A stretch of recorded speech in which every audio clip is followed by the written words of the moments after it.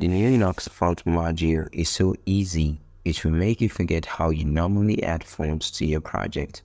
To get started, all you need to do is run this npm package, which not only installs the module but also adds it to the modules array in your nuxt config file. And in the style section of your page, define a class for your element and set the font family to whatever font that can be found on Google Fonts, Fontshare, and Bunny. We use fonts from these places because these are the defaults that come with Nuxt fonts. Say we want to use Poppins. We set it to Poppins and the magic happens. We also don't have to add a fallback font because Nuxt font handles this for us. And if you're wondering about Tailwind CSS, don't worry. It works just as well too.